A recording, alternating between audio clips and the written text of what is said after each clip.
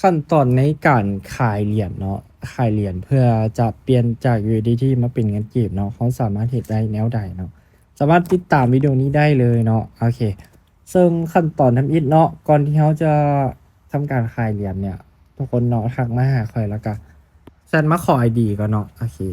ทุกคนก็ทำการแชทมาขอ ID เนาะข้อยก็จะส่ง ID มาให้ปึ๊บบัดนี้ให้ทุกคนเนี่ยเข้ามาอยู่ที่3ขีดเนาะ3ขีดนี่แล้วก็เข้ามาที่คำว่า wallet เนาะ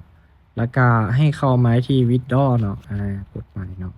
แล้วกดเปลี่ยนตัวนี้พร้อมเด้อทุกคนเด้อหลายคนมักหลงเนาะมักบ่ใส่ตัวนี้เนาะกดตัวนี้ปุ๊บเนี่ยที่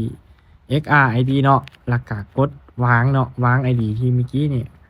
ค่อยคัดลอกมานั่นเองเนาะขั้นตอนนี้เขาก็ใส่จำนวนที่เขาอยากขายนั่นเองเนาะอันสุดท้ายนี่คำอธิบายเนาะอย่างเช่นถอนกำไรอันนี้ก็ได้นะอันนี้แล้วแต่ทุกคนเลยเนาะ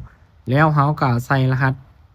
แล้วเขาก็ทำการใส่รหัสธุรกรรมแล้วก็วาง 2FA ใส่เนาะวันนี้ 2FA เนาะ 2FA วางเข้าไปปุ๊บโอเค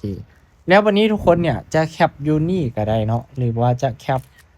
จะจิเข้าไปบ้านหนึ่งเพื่อเข้าไปในรายละเอียดนั้นนี้ก็ได้เนาะแคปแล้วก็มาแจ้งลงในแชทค่อยเนาะมาแจ้งลงปุ๊บสมมติตัวนี้แล้วก็เขาก็ส่ง QR เขาเข้าไปเนาะส่ง QR เขาเข้าไป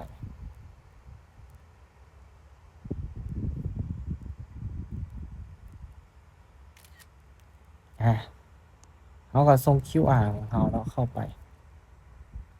แล้วก็เขาก็ทำการส่ง QR ของเขาเนาะโอเคหลังจากนั้นก็รอถ้าเขาจะโอนเงินมาให้เขานั่นเองเนาะ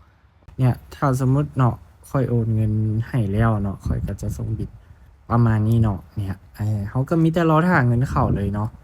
เนี่ยขั้นตอนมันสิมีประมาณนี้เนาะสำหรับขั้นตอนในการขายเหรียญนั่นเองเนาะใครบ่เข้าใจหรือว่ามีอยู่อยากสอบถามก็สามารถคอมเมนต์ใต้วิดีโอนี้ได้เลยเนาะเดี๋ยวคลิปหน้าค่อยมาตอบให้